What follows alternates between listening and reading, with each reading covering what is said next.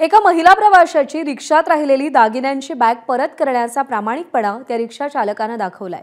Priyanka Partey या रिक्षात राहिलेल्या बॅगेत तब्बल 3.5 ते 4 लाखांचे त्यांचे दागिने होते।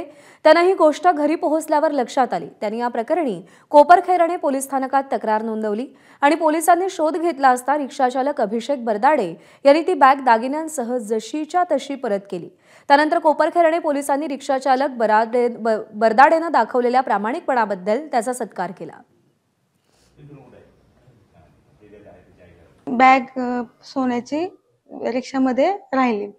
मग तिथून माझ्या लक्षात नाही आलं की राहिली म्हणून। सकाळी लक्षात आलं म्हणजे जेव्हा मी बघायला गेले तेव्हा। नंतर ना आम्ही पोलीस स्टेशनला आलो। पोलीस इथले साहेब, मोठे साहेब, जाधव साहेब, अजून अनेक साहेब होते। कोपरखैरणे पोलीस स्टेशनचे सर्व अधिकारी साहेब लोक सर्वांनी मदत खूप केली। त्यांनी रिक्षावाल्यांना शोधून काढले। त्यांनी पण त्यांना सहकार्य केले। दोघांनी त्यांचे खूप आभारी आहोत। मी अभिषेक बरदाडे।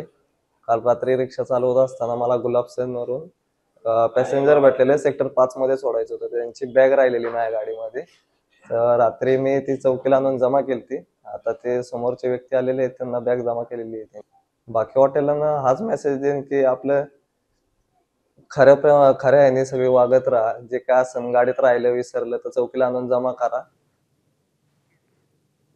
त्यामुळे हीच माणसं माणुसकी आणि प्रामाणिकपणावरचा विश्वास अधिकाधिक दृढ करतात। एबीपी माझा, उघडा डोळे बघा नीट।